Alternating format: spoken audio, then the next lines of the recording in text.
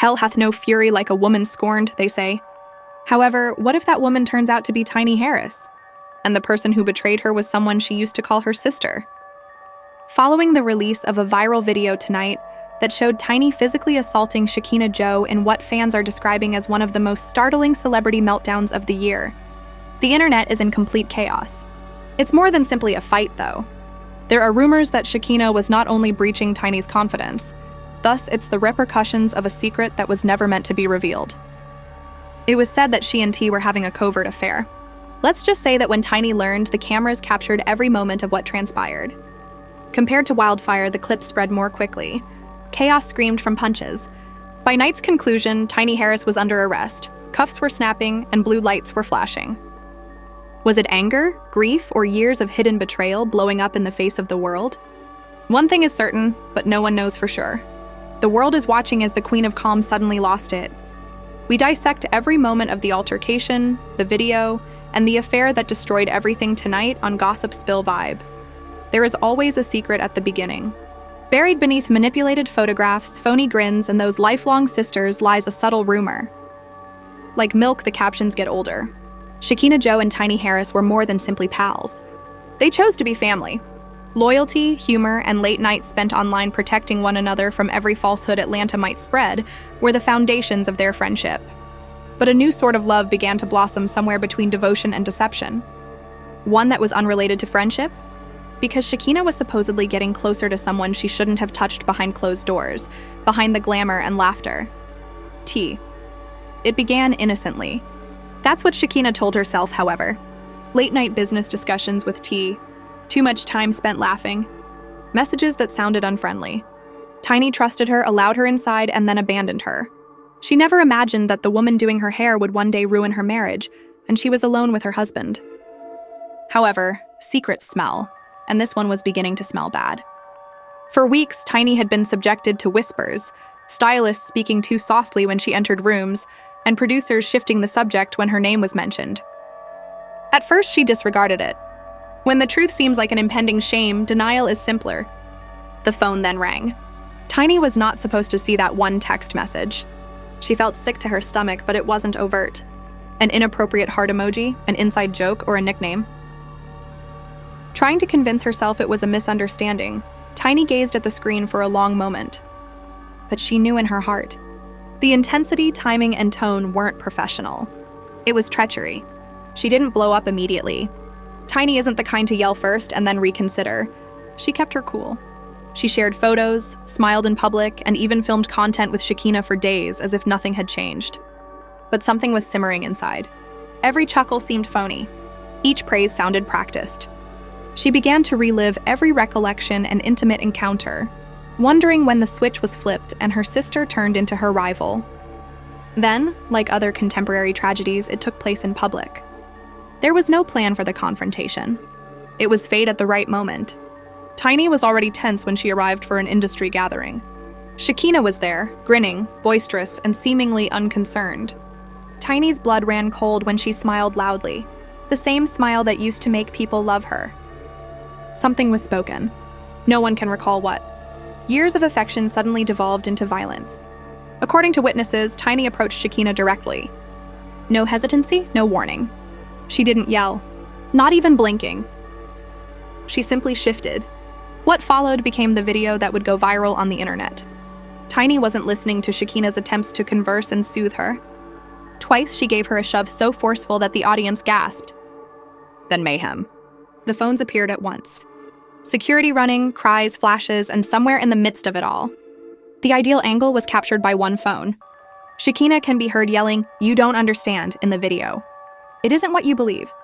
Tiny's voice, however, pierces the cacophony, wavering and keen. I have you in my home. It's the type of clip where time is frozen. Unvarnished, startling, and too real to ignore.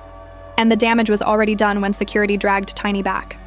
Twitter had already seen the footage. The hashtag became popular in less than an hour. Drusha Smallverse Shekinah TI video counter fatal friendship. Chaos is the lifeblood of the internet. And this was a new kind of anarchy. It was reposted on blogs. Every frame was analyzed by fans. Gossip pages analyzed who threw the first shove by slowing it down and zooming in. No one had the truth, but everyone had an opinion. and that's precisely why it became addicted. That night, Tiny went home in silence. Her pride prevented her from hiding on social media, despite her team's entreaties. The caption for the black and white picture she shared of herself said, "Sometimes you got to lose your mind to find your peace." It was daring enough to keep the plot going and mysterious enough to leave people wondering. Shekinah, meanwhile, went live while crying and displaying cuts on her arm while claiming that she had never touched Ty or deceived anyone. However, she appeared more guilty the more she spoke. Gossip blogs began receiving direct messages from anonymous individuals who claimed to have seen screenshots, text conversations, and even pictures of Shekinah at a hotel where T.I. was staying during tour rehearsals. None of it could be confirmed, but proof is irrelevant in the internet age. The story does. Supporters began disparaging Shekinah, labeling her a hypocrite, a snake, and a traitor. She referred to Tiny as her day one in old clips that have since surfaced. All of a sudden, those sentences seemed like the opening lines of a terrible film. The video has received over 10 million views on various platforms by morning. Brand began to pull away from them. Everyone close to the trio remained silent, save for one voice, while PR statements were being written. T.I.'s. In a single tweet, he ended his silence. "I don't have time to engage in gossip. Believe what you want to believe." Easy, contemptuous, traditional damage control. Fans, however, didn't buy it. They bombarded his mentions, demanding to know if the claims were real and seeking clarification. He didn't answer. He was not required to. The solution was his silence. It was terrible behind the scenes. Within hours, police reports were submitted. They looked at security footage. Eyewitnesses contradicted Tiny's team's claim that it was a misunderstanding that she had only defended herself after Shekinah became hostile. It was called a full attack by one. Another said that just before shoving, Tiny screamed, "I warned you!" into a table, Shekinah. Retelling made the specifics hazy, but the essence remained constant. It was all captured on video as Tiny lost control. Not in privacy, but in silence, the arrest was made. Outside her guarded home in the early morning, paparazzi were positioned like vultures, their lights flashing. She was arrested for disorderly conduct and violence. Before she had posted bail, the mugshot went viral online. And the serene, collected little Harris didn't appear like herself in that picture. Untidy hair, a vacant expression, and smudged makeup. It was a woman's face that had finally lost it. Her admirers were divided. Others stood up for her, arguing that any woman would get furious upon learning that her friend had deceived her with her husband.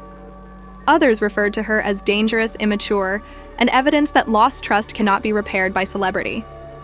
It was transformed into a morality war via the internet. Team Shekinah versus Team Tiny. TikTok was overrun by memes. Parody videos appeared on YouTube. Even famous people began to comment. "You can't trust anybody in this industry, not even your bestie," a reality TV personality wrote on Twitter. Overnight, the drama had evolved into a cultural criticism. Shekinah, meanwhile, continued to speak. In a sad statement, she said that although she had forgiven Tiny, the harm had already been done. "I still have," she sobbed as she said, "I love her. I am unable to forget what she did to me, though. No one's man was the one I slept with." She was believed by some. Most didn't. Screenshots of purported texts exchanged between her and Ty began to appear everywhere. Half convincing, half fake. There was no longer any distinction. The destructive appetite of the internet had been stoked but not sated. The entire uncut version of the video was demanded by fans. Pages said they had it. Exchanging followers for influence. Exchanging followers for influence. One unidentified account even posted a lengthy video of Tiny being held while shouting, "Tell him what you did." That sentence turned into the slogan, the meme, and the headline. What people already wanted to think was validated. That love had devolved into conflict. That fidelity had finally reached its limit. And that the struggle was about T. Suddenly, a friendship that had once stood for sisterhood and support turned into the newest warning about betrayal, celebrity, and trust. Tiny's entire world was falling apart. Her brand, her public persona, and her marriage. But at the time, none of that mattered to her. She kept thinking about how the person who had got her to this point was the same person she had nourished, shielded, and defended. The video continued to circulate. News organizations reported on it. It was reenacted by TikTokers. Podcasts discussed it. The altercation had evolved from a sloppy altercation to a cultural occasion. Tiny sat in a holding cell somewhere in the midst of the mayhem, just staring at the wall and repeating everything. This was no longer about love or friendship. It was about the cost of exposure, power, and shame. In real time, the same internet that had once praised her was now analyzing her demise. Tiny wasn't finished yet, though. She may have been temporarily humbled by the arrest. However, something sinister was developing behind that silence.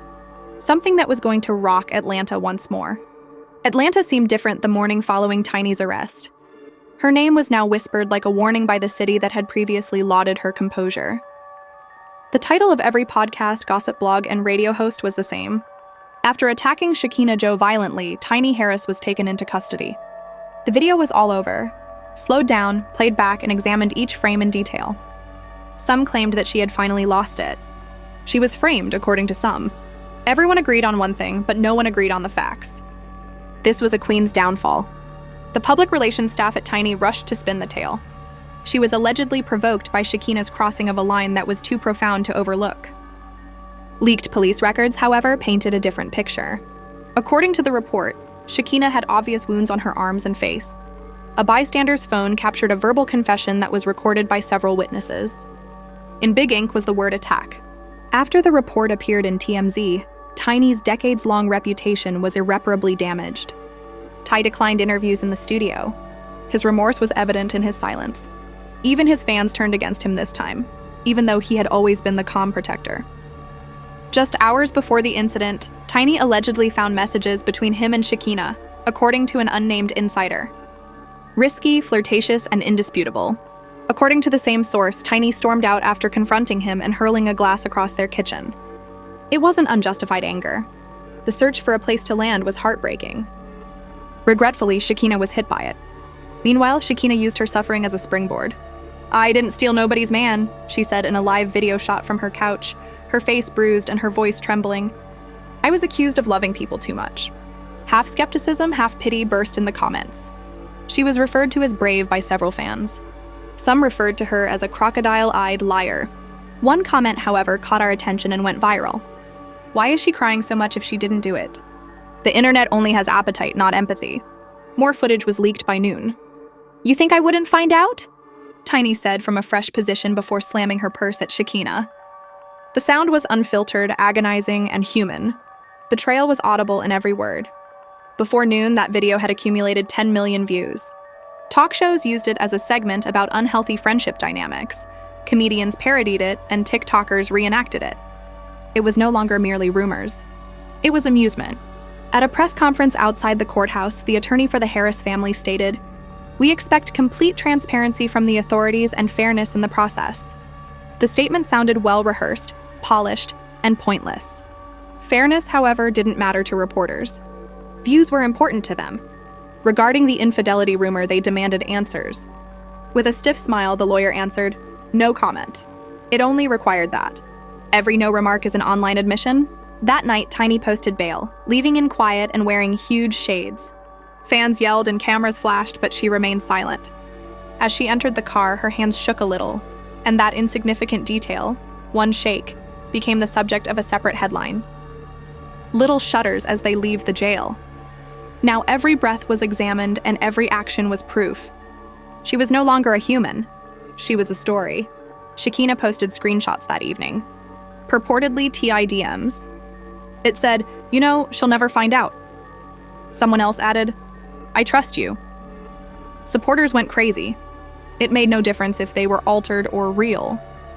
The story that many already wanted to believe was supported by the screenshots. The betrayal had ceased to be theory. Confirmation bias was at play.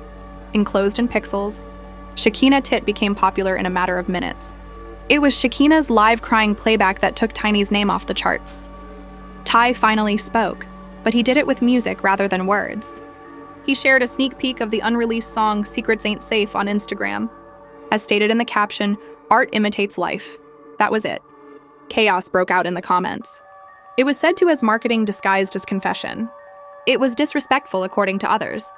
Whatever it was, it rekindled the flames that Tiny's group was frantically attempting to extinguish. The couple's mansion became a battleground for family, attorneys, and public relations representatives behind closed doors. Tiny wanted to apologize in public. Her team declined, claiming that admitting guilt would jeopardize her marketing agreements. One manager said to her, "You say sorry, they own you," but she was being consumed by guilt.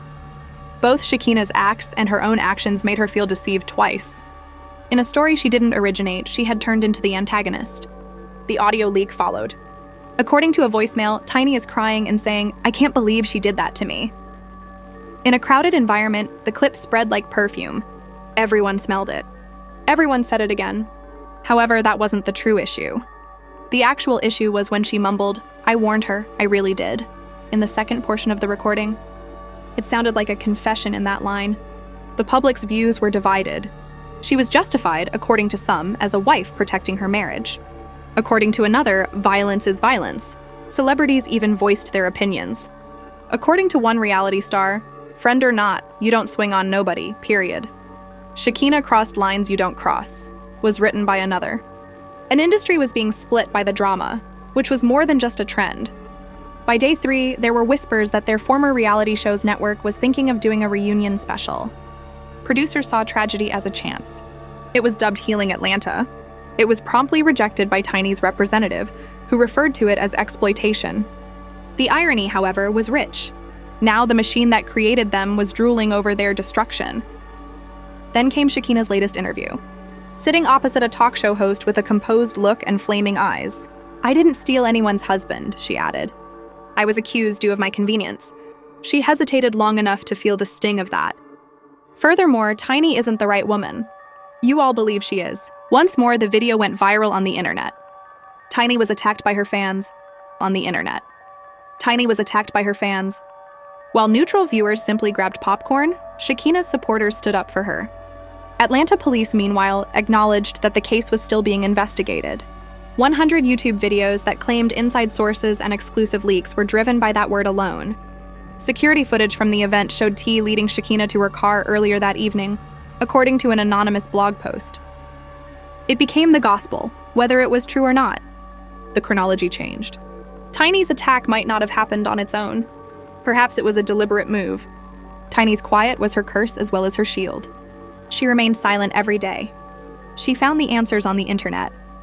The number of fan hypotheses increased. According to some, she tracked T's phone and then organized the attack. Others said that in order to win sympathy, she paid someone to disclose the fight. The truth was no longer important. Perception is reality in the era of virality, but Tiny wasn't planning in private. She was falling apart. She stopped taking calls and stopped eating. According to her best friend, she simply sat by the window and whispered to herself as she relived that night. "I merely wanted her to acknowledge it." The tragedy was that she wanted approval, not retribution. However, she betrayed her own peace in an attempt to establish disloyalty. Then came the biggest twist. A private message between T.I. and a publicist that a journalist claimed to have gotten seemed to reveal that he had been seeing Shekinah for months. There was a catch to the explosive leak. Unless paid, the journalist would not share the proof. Fake screenshots filled the gap in a matter of hours. The story hardened, but no one understood what was real anymore. It was no longer astonishing that Tiny was angry. It was understandable. She wasn't insane. She was devastated. Handcuffs are still in place despite sadness. A hearing was set for her case. Supporters started to unite around Fairfree. There were petitions. She shouldn't be charged with a crime of passion, according to some. Others called for responsibility. Even Shekinah's supporters began to break down, acknowledging that she sort of deserved that hit if she had actually slept with T. Until no one could distinguish between right and wrong, the moral boundaries became hazy. One thing remained constant throughout it all: perspectives. An additional million was broken with each update. All the rumors became money. The internet had made suffering profitable. Whether she liked it or not, Tiny was the center of attention. She eventually posted something new as night fell once more. "Everything I saw was a reflection of what I feared," reads the caption for a picture of a smashed mirror. It was eerie. It had a poetic quality. Additionally, it was the ideal prelude to what followed. Because Tiny was already preparing her next move while everyone else believed that this was the end. The days after Tiny's mysterious post were the quiet before a new storm. Everyone assumed that she had finally stopped talking, and that the issue would be resolved amicably in court, while the internet continued to go on. In Atlanta, however, stillness is never the end. The setup is the problem, because a brand new leak pulled the entire city back into the frenzy just when people started to forget.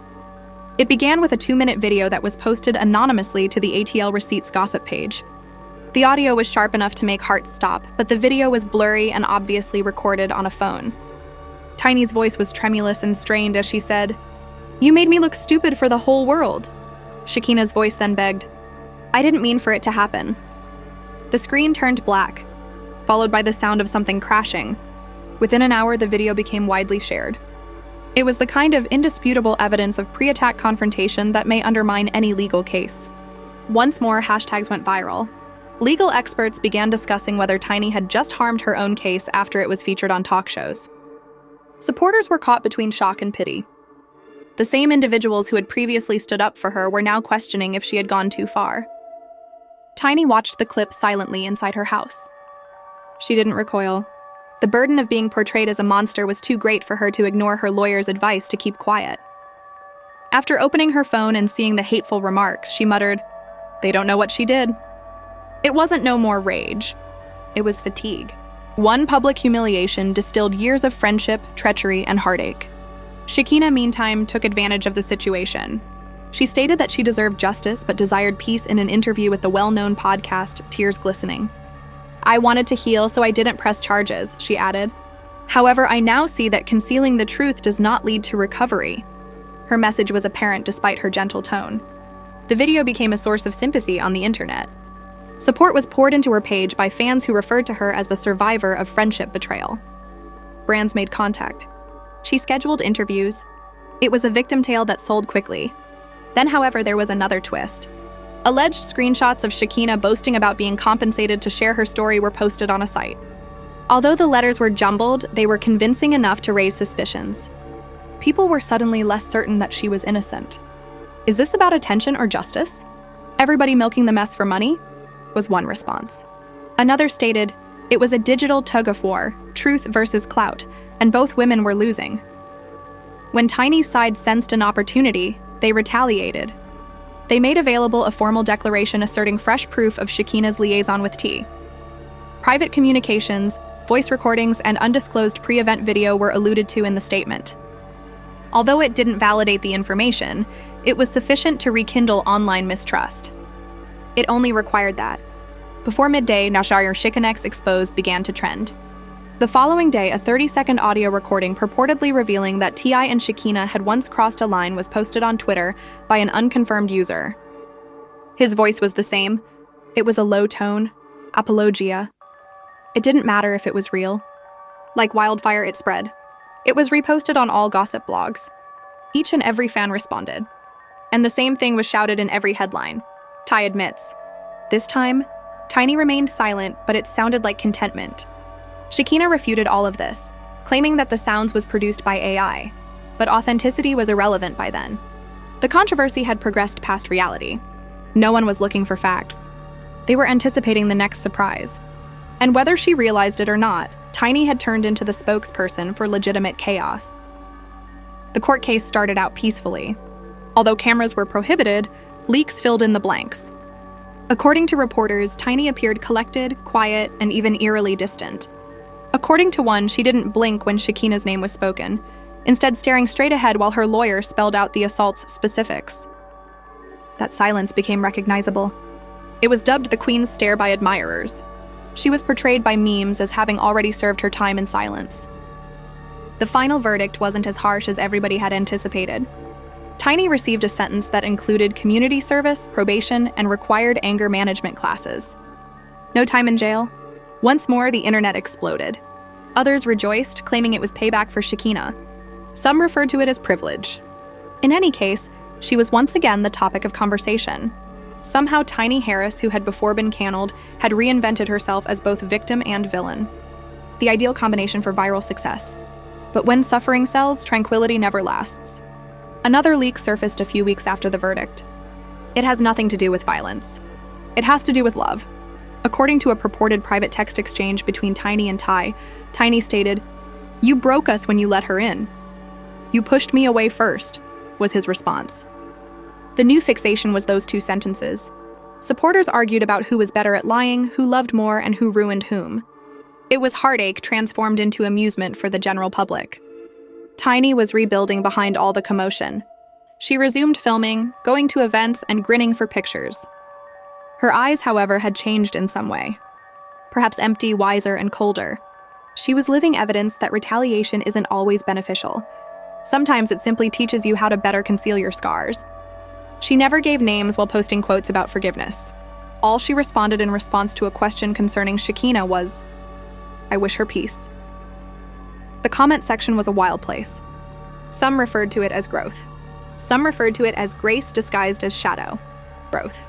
Some referred to it as grace disguised as shadow. Shekinah's career, meanwhile, started to wane. The wave of sympathy passed. Bran hung up the phone. There were no more interviews. Her name began to glide past the same internet that had helped her get started. "Everyone used my pain for views, and now they done moved on," she added in an emotional live stream. She lost hundreds of followers. She appeared worn out, as if she had finally realized that being the victim does not ensure one's relevance for the rest of one's life. Then, one calm evening, Tiny shared a brief video of herself driving along with a note. "What has previously been broken cannot be broken again." There was no drama. Even though it wasn't offensive, it went viral. Fans showered her comments with words about forgiveness and loving emoticons. Even her detractors acknowledged that she had weathered the storm in style. Tiny had won the war of narratives, whether she intended it or not. However, she secretly felt that even her victory was pointless. Because every headline concealed a friendship that was hidden beneath pride, love, and treachery. In the eyes of the world, she had found closure, but not in her heart. She didn't always feel angry as she went through old photos of her and Shekinah laughing together late at night. She sensed that something was missing. The cameras never capture that part. The scandal waned as the months went by. However, the strain persisted. They shared friends, lived in the same city, and inhaled the same gossip-filled atmosphere. People muttered whenever their names were mentioned together. Their story had become folklore, even if they never talked again. The courtroom ending of the friendship that typified Atlanta's reality TV period was permanently stored and repeated online. A documentary called Tiny Against Shekinah, The Friendship War, emerged before the year's end. It included edited montages of the popular video, fan speculations, and interviews. Tiny did not take part. Shekinah did, but with hesitation, as if she were recreating a traumatic event for a paycheck. As she said in the last scene, "Maybe I was wrong for loving people too close." Once more, the internet went viral. Tiny did not respond when old wounds reappeared. Shouting will never win more battles than stillness, she had discovered. And so it came to an end, or so it appeared from the outside. Love ties two women together, betrayal breaks them, and the internet immortalizes them. Known as the brawl that broke Atlanta, the video continues to be shared every few months. Unaware that a friendship turned to ash was hidden beneath every scream, new fans come upon it. Tiny went on. Shekinah made an effort. There were new controversies in the world. One truth, however, remained constant throughout that cycle. When public loyalty fades, no one comes out clean. Nor the combatant, nor the casualty, not even the onlookers who made suffering into amusement. And one image is etched into memory as the story's final glimmer dims. Tiny leaving the courthouse with a little smile and a high head while the sound of the cameras clicking sounded like applause. There was no forgiveness for her. She remained guilty. She just became indestructible. Evidence that devastation isn't the end in this sector. The rebirth is it. Now what? Tiny is free. Shekinah has been overlooked. And the internet has already moved on to the next scandal after tearing them apart. However, this one strikes a different chord. It wasn't just another breakdown of a star. This type of betrayal serves as a reminder of the perilous nature of love when devotion begins to deteriorate from the inside out. Because this was fundamentally not a fight. It was about ego, trust, and the kind of heartbreak that leaves you completely changed. Even though Tiny left court, let's face it, not all prisons have bars. Hers is composed of remorse, headlines, and screenshots. Every time her name is spoken, the term arrested comes after it. The most difficult lesson of all was taught to Shekinah. Notoriety sells wounds, not heals them. Who actually prevailed then? Either the woman who was ruined, or the one who received retribution. Was it fun masquerading as suffering, or was it justice? Perhaps this story will never die because everyone secretly recognizes a little part of themselves in it. The too trusting buddy. The boyfriend who was too good at lying. The world that made snap judgments. Additionally, the cameras may eventually stop recording. The clips could fade from the timeline. However, the question remains. How do you ever start anew after betrayal has become your brand? This is our channel where truth twists, loyalty burns, and nothing is ever truly buried. Remember to like, comment, and subscribe because, believe me, the next story that comes out will make this one seem easy. This is not the end of the narrative. It's only the beginning. The beginning.